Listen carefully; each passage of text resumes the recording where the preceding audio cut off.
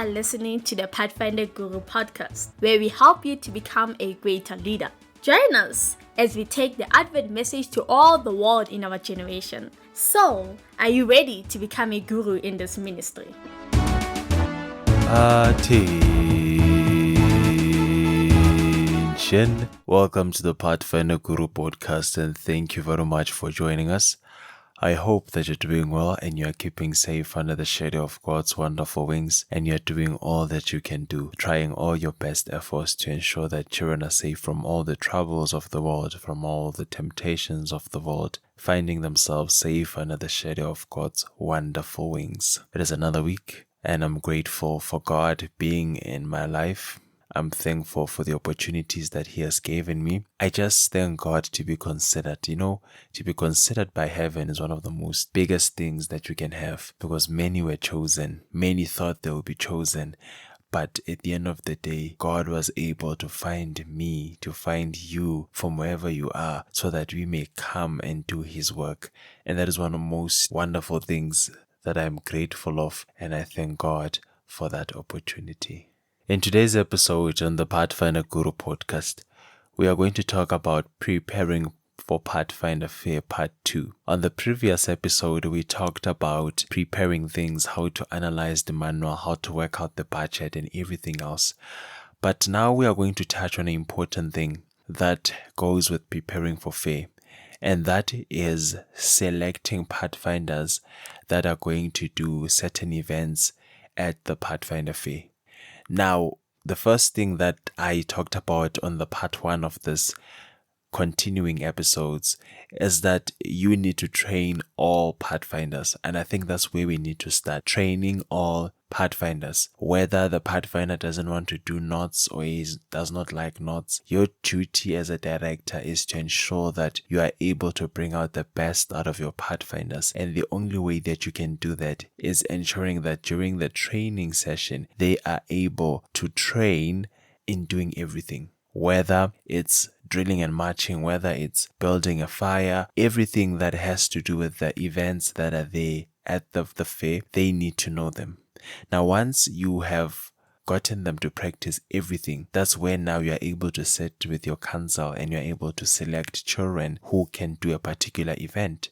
Now, if you know children who can do knots, who can tie knots under pressure, then you recommend those children. You check the manual if it wants how many children, if it wants 6 children, if it wants 2 children, if it wants 1. You need to check that so that you are in correspondence with the manual. Hence, it is very much important to understand it before you take it to children to explain or for them to practice. Now, once you understand that, things become much more easier.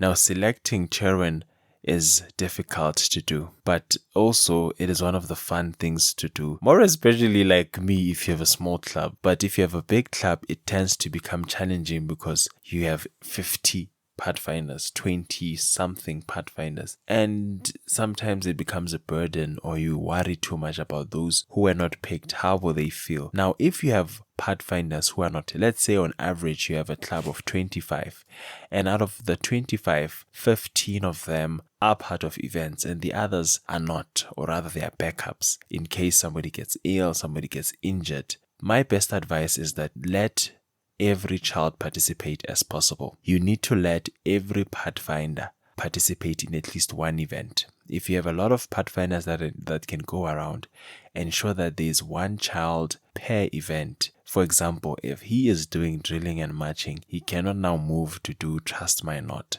He has to stay on one thing so that he can give other people a chance. He needs to decide, it's either I'm doing drilling and marching or I am doing knots. You can decide for the person also. That's very much important for us to note, that if we have a big club, now we are able to say we are going to do one event per Pathfinder. If it's the curriculum says, or rather the event wants 10 per event, for example, then you ensure that you know that, okay, this 10 is working here, the other 10 will work there. You are more organized and you are able to ensure that everyone is participating, because also as parents, we don't want to send our children Pathfinder Fair not knowing what they are going to do and they find themselves not participating.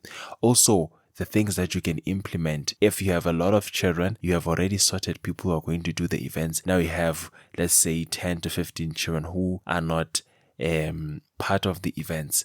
What you can do is that you can make them part of the Pathfinders who are able to deal with other things like planning, like camp setup, like starting fires and everything.